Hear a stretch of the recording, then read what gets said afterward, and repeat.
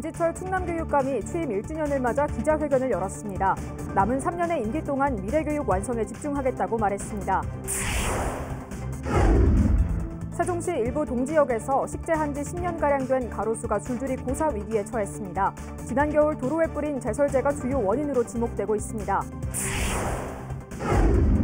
플라스틱 순환자원 생태계 구축을 위해 아산시가 설치한 포장용기 뚜껑 전용 순환자원 회수기기의 효과가 저조한 것으로 나타났습니다.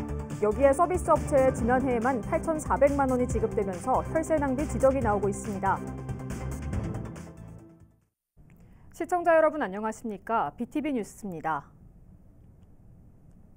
김지철 충남교육감이 취임 1주년 기자회견을 열고 주요 성과와 앞으로의 계획을 밝혔습니다. 그동안 미래교육 실현의 기틀을 다져왔다며 남은 임기 동안 미래교육을 완성하는 데 집중하겠다고 말했습니다. 보도에 강현준 기자입니다. 김지철 교육감은 취임 1주년 기자회견에서 미래 지향성을 담은 교육을 거듭 강조했습니다. 이를 위해 지난 1년 동안 충남 미래교육 2030 계획을 추진해왔다며 이 과정이 향후 모든 학교의 미래교육 방향을 제시하는 마중물이 될 것이라 자평했습니다. 충남 미래교육 2030 계획에 따라 5대 전원과제를 특성화 교육과정으로 운영하는 충남형 2030 미래학교와 5대 전원과제를 자율수행하는 충남형 2030 본보기 학교를 운영하고 있습니다. 먼저 미래학교의 한 유형인 아이비학교는 지속 가능한 미래를 이끌어갈 창의적 세계 시민을 육성합니다. 교육청은 이를 위해 아산과 공주 등 4개 지역을 초중고 연계형 시범교육지원청으로 지정했습니다. 미래교육 여건 조성을 위한 학교 신설 계획도 내놨습니다. 특히 아산에는 오는 9월 갈산초등학교 개교를 시작으로 내년 3월 초등학교 한 곳이 추가로 신설됩니다. 또 아산 신창중학교도 내년 9월 신창면 남성리로 이전 개교합니다. 인공지능 융합 기반의 입체적 연계형 미래도시인 인공지능교육 특화도시에는 지난해 아산과 금산에 이어 올 하반기 천안과 청양 등이 추가로 지정됩니다. 충남형 인공지능교육 특화도시는 4차 산업혁명 시대의 사회변화에 대응하는 미래교육 도시로 지자체와 대학, 기업, 그리고 마을이 상호 협력하여 충남형 인공지능 교육을 지역 전체에 실천하는 것입니다. 여기에 전국 최초로 개발한 2023 대화형 AI 챗봇 활용 도움 자료와 챗 GPT 4.0의 특징을 활용한 자료도 올 상반기에 보급했다고 밝혔습니다. 한편 김 교육감은 교육부의 수능 킬러 문항 배제에 대해선 공감한다면서도 변별력 감소로 생기는 혼란은 해소할 수 있도록 논의가 필요하다고 밝혔습니다. 또 공교육이 책임질 수 있는 범주를 확대해야 한다고 덧붙였습니다. 취임 1년을 맞은 김 교육감의 공약 추진률은 39.5%로 65개 공약 중 3개는 이미 완료했고 나머지 62개도 순조롭게 추진되고 있다고 밝혔습니다. BTV 뉴스 강현준입니다. 세종시의 가로수가 고사하는 피해를 입는 것이 어제 오늘만의 문제는 아니죠. 그런데 그동안은 주로 심은 지 1, 2년밖에 안 된 나무가 뿌리를 잘 내리지 못해 말라 죽었다면 최근에는 심은 지 10년 정도가 지난 나무가 죽어가는 모습이 일부 지역에서 집중적으로 발생해 걱정을 키우고 있습니다. 김우순 기자의 단독 보도입니다. 세종시 원수산 옆으로 지나는 도담동의 갈매로입니다. 도로 양옆으로 가로수가 줄지어 심어져 있는데 나뭇잎이 갈색으로 물들어가고 있습니다. 마치 가을이 지나고 있는 듯한 느낌이 들 정도입니다. 인근 아파트 단지나 산에 있는 나무가 선명한 초록색을 띠고 있는 것과는 분명한 차이가 납니다. 일부 나무는 어른 허벅지만한 굵기의 나무가 쩍쩍 갈라지고 심지어 쪼개지기까지 했습니다. 도담동 양지중학교부터 해밀동 BMX 경기장까지 약 1.6km 구간에서 이런 현상이 발생하고 있습니다. 얼핏 세어봐도 300그루가 넘는데 정도의 차이는 있지만 상당수가 이미 고사됐거나 죽어가고 있는 것으로 보입니다. 지나는 시민들은 이런 모습이 그저 안타깝기만 합니다. 지금 이런 거는 지금 최근에는 처음 봐요. 지금 비가 안 온 것도 아니고 지금 며칠 사이에 왔었잖아요. 근데 이만큼 이게 들어가는 흡수 속도가 늦는 건지 아니면 뿌리 생장에 문제가 있지 않을까 그렇게 생각을 합니다. 이런 현상은 인근 아름동에서도 목격됩니다. 아름초 인근 달빛로 약 1km 구간에 심어진 가로수가 점차 갈색으로 변해가고 있습니다. 나무가 생육이 가장 좋을 때인 여름철 나뭇잎으론 전혀 보이지 않습니다. 두 곳 모두 가로수를 심은 지 10년 정도 지났지만 이런 현상은 처음 겪는 일입니다. 왜 그런 걸까? 세종시는 염해 피해로 추정하고 있습니다. 지난 겨울 눈이 자주 내려 도로에 염화칼슘을 많이 뿌린 것이 나무의 생육에 지장을 줬다는 겁니다. 세종시와 함께 조사에 나섰던 조경 전문가 역시 같은 의견을 냈습니다.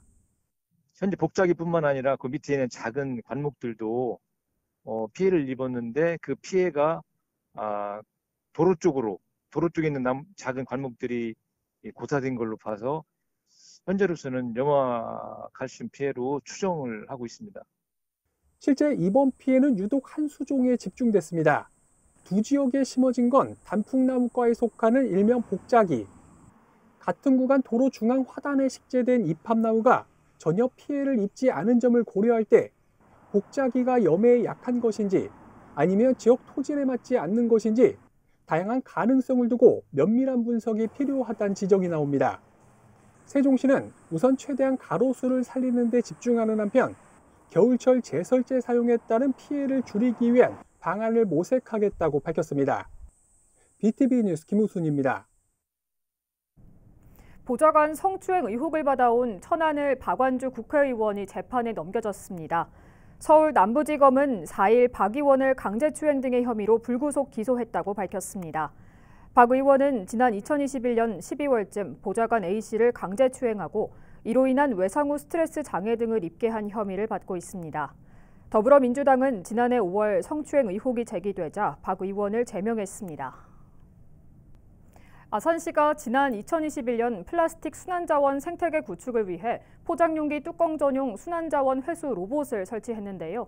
정작 회수 효과가 미비한 데다 서비스 제공업체에게 과다하게 예산만 투입되고 있다며 사업을 재검토해야 한다는 지적이 나오고 있습니다. 보도에 김장섭 기자입니다.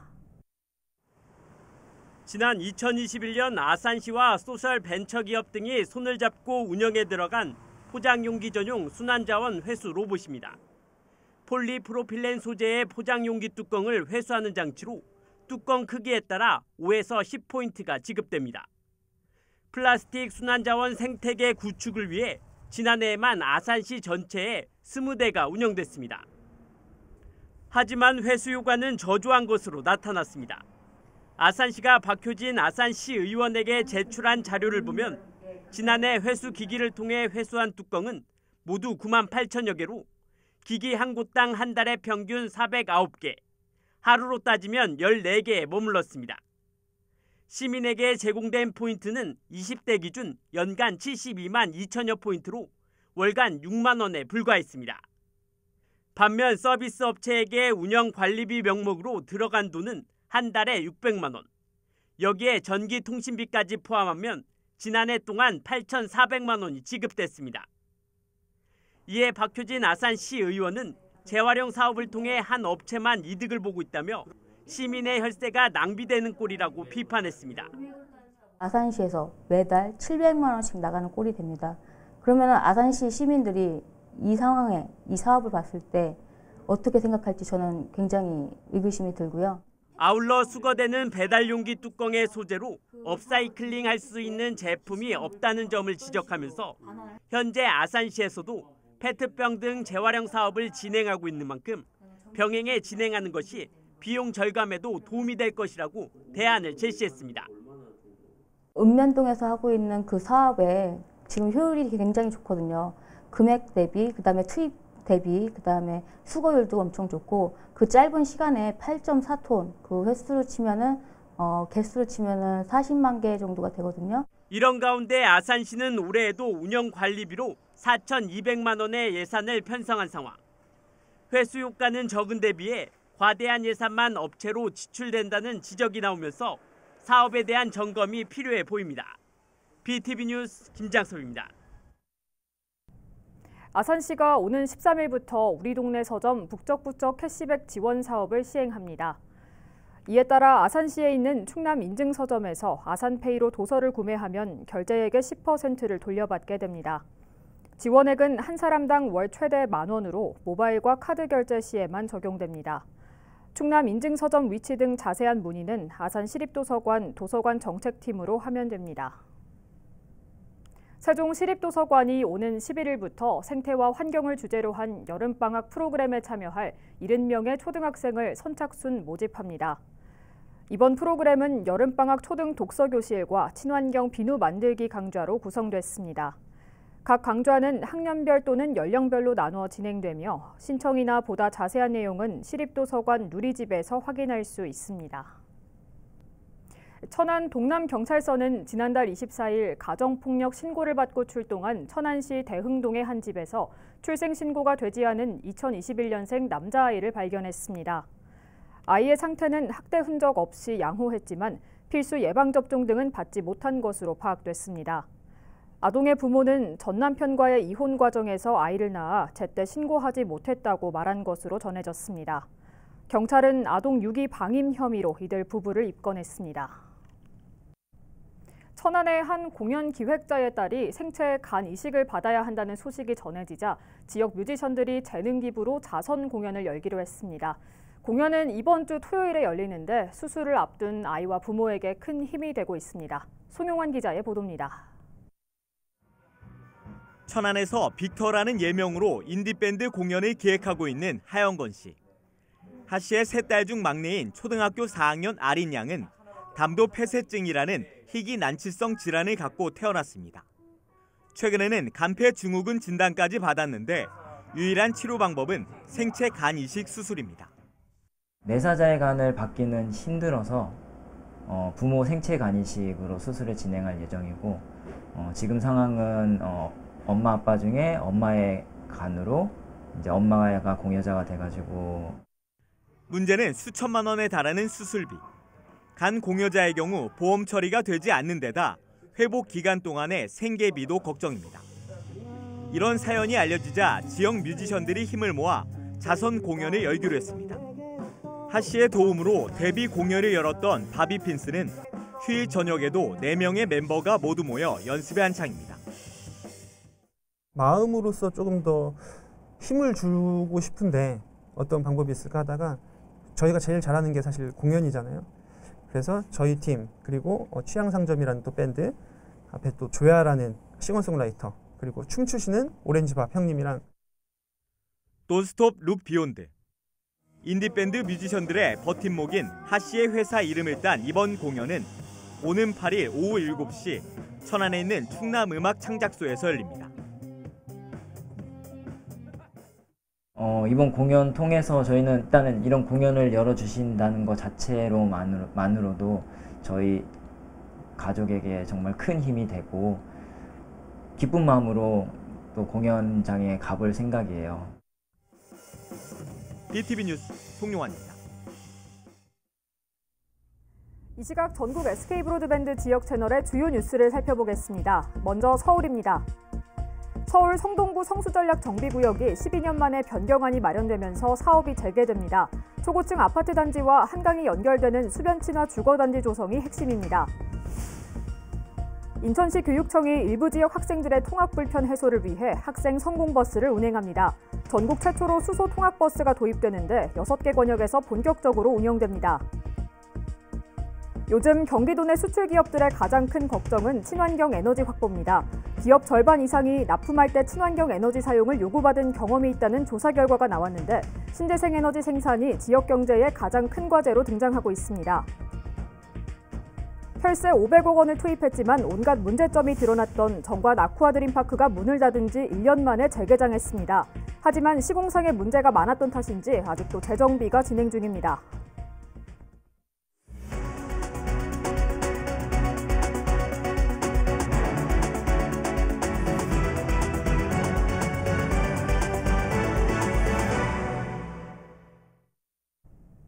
국립세종수목원 한국전통정원에 함안군에서 온 아라홍련과 법수홍련이 꽃을 피워 눈길을 끌고 있습니다.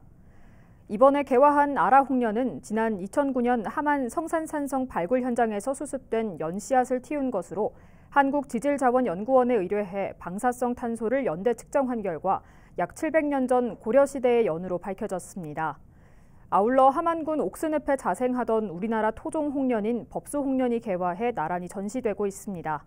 수목원은 두 홍련 전시를 통해 우리나라의 자생식물의 아름다움과 보존의 필요성을 알릴 계획이라고 밝혔습니다. 세종시가 오는 10일까지 농업발전기금 융자 지원 신청을 받습니다. 하반기 융자액은 총 20억 원으로 개인당 최대 2억 원까지 8년 상환에 0.5% 우대금리를 적용받게 됩니다. 융자 대상은 농촌 소득 증대를 위한 사업이나 지역 특화 작목 지원 사업 등으로 융자를 희망하는 농업인은 읍면동 주민센터를 방문해 신청하면 됩니다.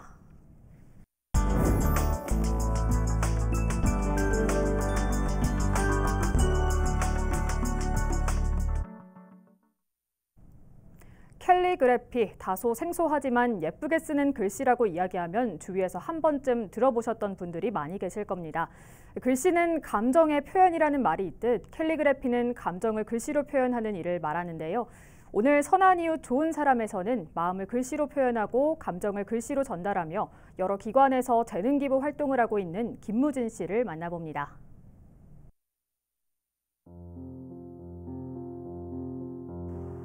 그저 예쁜 글씨로만 보시지 마시고 그 문장이 가진 힘을 같이 느끼면서 이해하고 보셨으면 좋겠습니다.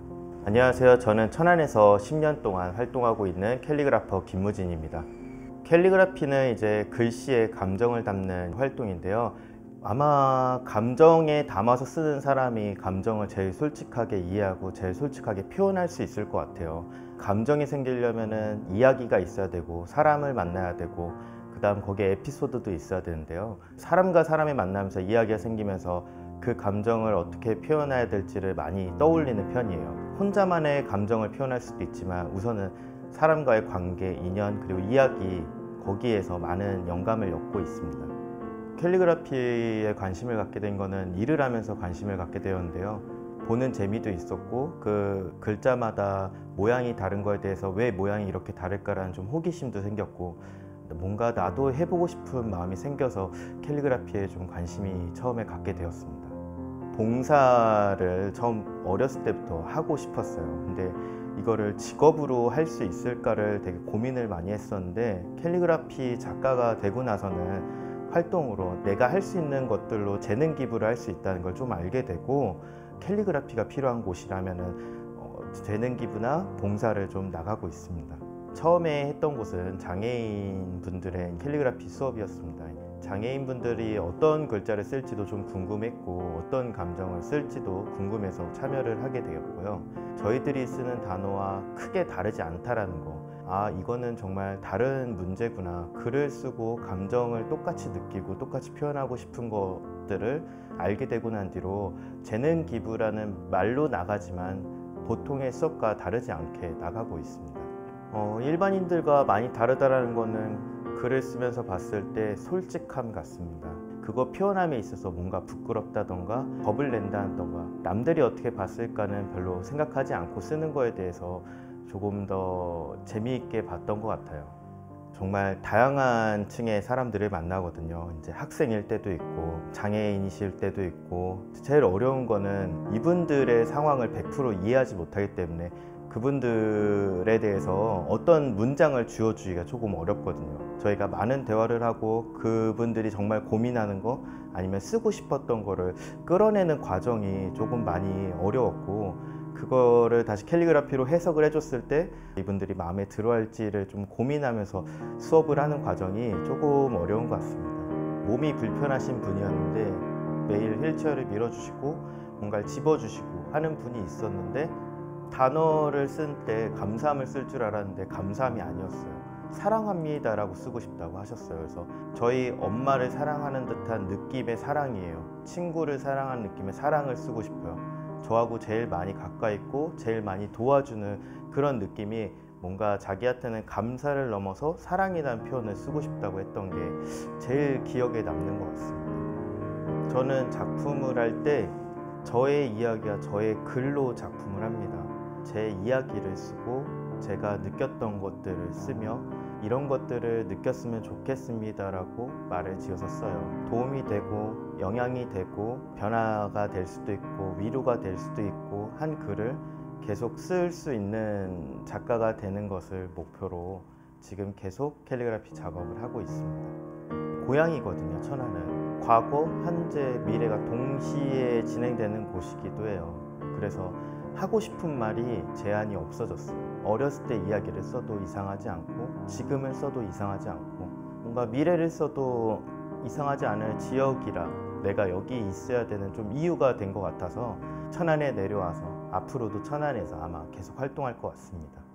나의 감정만 쓰고 싶어서 처음에 일을 시작했던 아니면은 남의 감정을 써주기 위해 직업을 삼았던을 떠나서 일이 되거든요. 직업이 되고 그러다 보면 솔직하지 않은 것도 써야 되고 남을 위해서도 써야 되고 또 나를 위해서도 쓸 때가 있는데 그거를 다 하기에는 좀 많이 어렵고 힘들 거라고 생각이 돼요.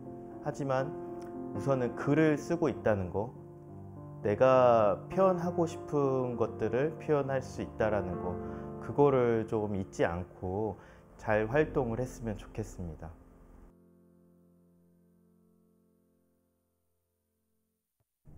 천안에서도 출생 미신고 아동이 발견됐습니다. 2015년 이후 출생 신고가 되지 않은 아이들이 2,000명이 넘는다고 하죠. 이들 중에는 이미 세상을 떠났거나 장기간 방임된 아이들도 있었습니다. 이처럼 출생 신고가 되지 않아 기본권조차 보장받지 못하고 있는 아이들이 아직도 많이 남아있는 것이 현실인데요. 정부와 지자체의 발빠른 발굴과 대응이 필요할 것 같습니다. 이상으로 BTV 뉴스를 마칩니다. 시청해주신 여러분 고맙습니다.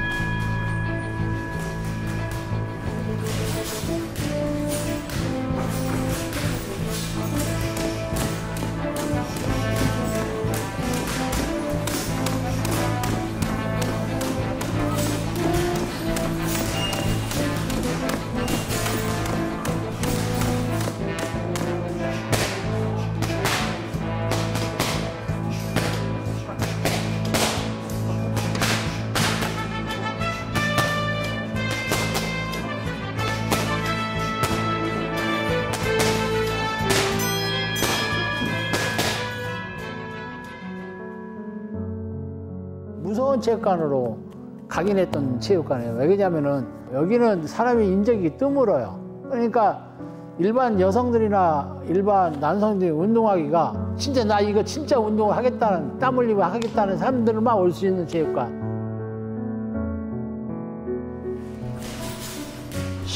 과거 시골 동네에서 동양 챔피언 만들어내기가 무지하게 힘들었어요. 서울 아니면 힘들었던 상이거든요. 근데 저희 아버님은 시골에서 동양 챔피언 2명을 만들었고, 한국차, 아버님 돌아가기 전에 한국차 마지막으로 한국차를 하나 길렀어요. 그러니까 사람이 숨쉬어야지만이 이 철제가 살아가지고 오래 가거든요. 그런 체육관이다 보니까 좀 아쉽고, 아깝고,